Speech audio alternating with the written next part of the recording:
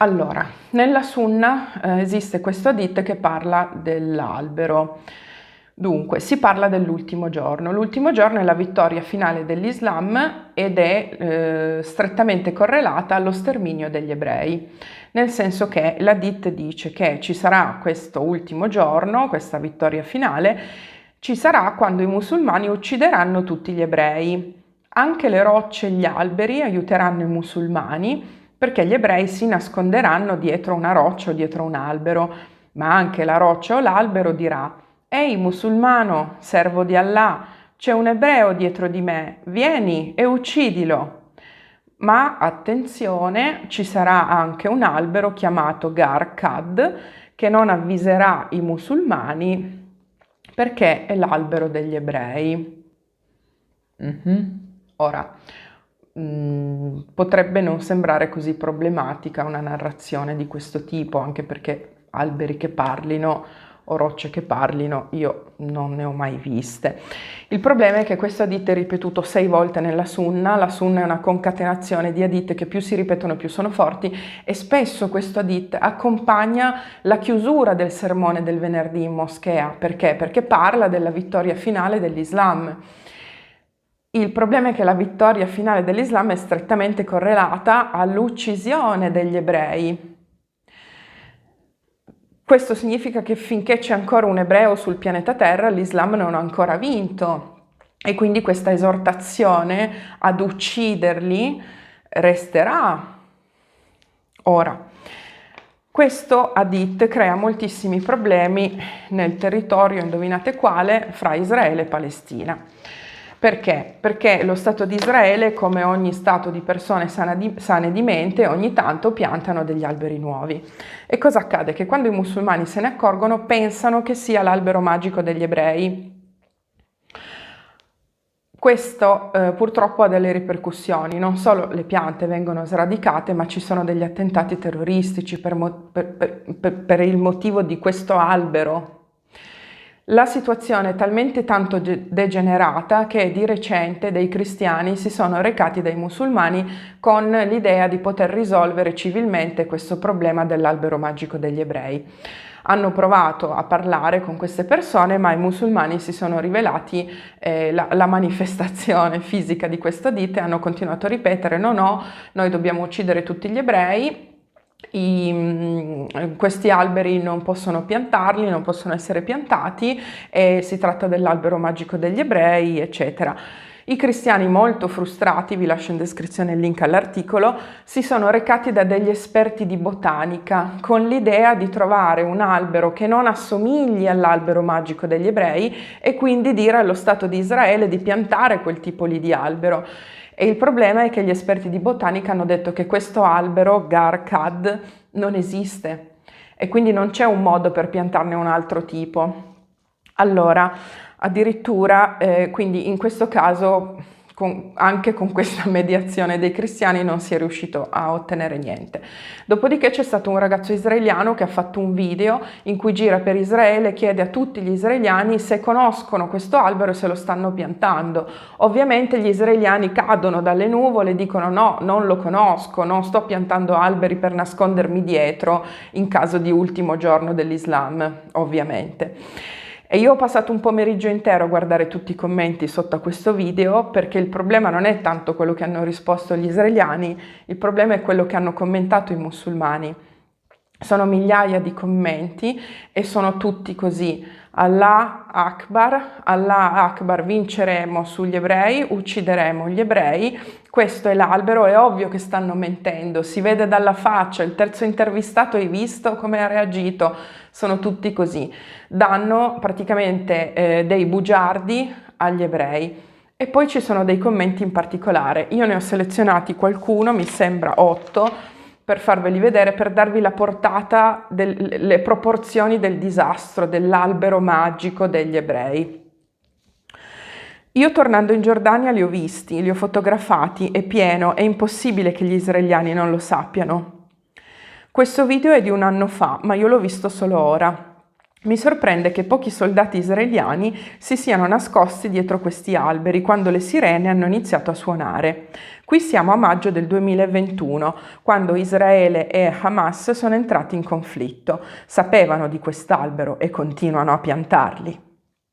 Ho visitato Gerusalemme e anche la guida turistica palestinese dall'autobus ci ha fatto vedere questi alberi, sono ovunque. Credo nel mio profeta Maometto ancora di più ora che ho visto questo video. Stanno piantando quest'albero di sicuro. Conoscono questo albero di sicuro perché hanno dato come attività obbligatoria a scuola ai bambini il piantare i semi di questo albero. Cresce anche nel deserto, c'è anche in Arabia Saudita, ne sono testimone io stesso. Il loro Iron Dome non è nient'altro che questo albero. Dubito che uno di Hamas, o che sostiene Hamas, nella frenesia di uccidere, smetta di macellare gli ebrei, io devo vomitare fra poco, solo perché si stanno nascondendo dietro ad un albero. C'è un capitolo, l'albero Garkad, nel libro La strada per la piazza dei martiri, viaggio nel mondo del kamikaze, lo trovate su Google Books. Ma certo che lo sanno, è per questo che Israele ha annunciato pubblicamente alla gente di tutto il mondo di contribuire al progetto di piantare alberi speciali. Ovviamente la gente nel mondo non sa di cosa si tratti. Vi prego, aiutate le persone a capire di che si tratta dell'albero Garkad. A questo punto ho fatto un esperimento da mostrarvi. Ho cercato l'albero Garkad perché questo video, i commenti sotto questo video era di un ragazzo israeliano dove gli israeliani dicono noi non ne sappiamo niente. Ovviamente 2000 circa musulmani dicono no, stanno mentendo, lo sanno. Allora ho cercato i video invece in inglese e in arabo che parlano di questo albero e esistono dei tutorial dove ci sono dei musulmani o degli studiosi islamici che dicono come è fatto quest'albero, dove trovarlo, come sradicarlo, come comportarsi, come avvisare tutti gli altri. Dell'ultimo video in arabo, no scusate, della lista di video in arabo io ho selezionato quello che ha più visualizzazioni, vi ho tradotto il titolo e poi ho tradotto 3 commenti a caso che si vedono sotto questo. Allora, questo io non ce la faccio, questo è il risultato quindi dell'esperimento che ho fatto.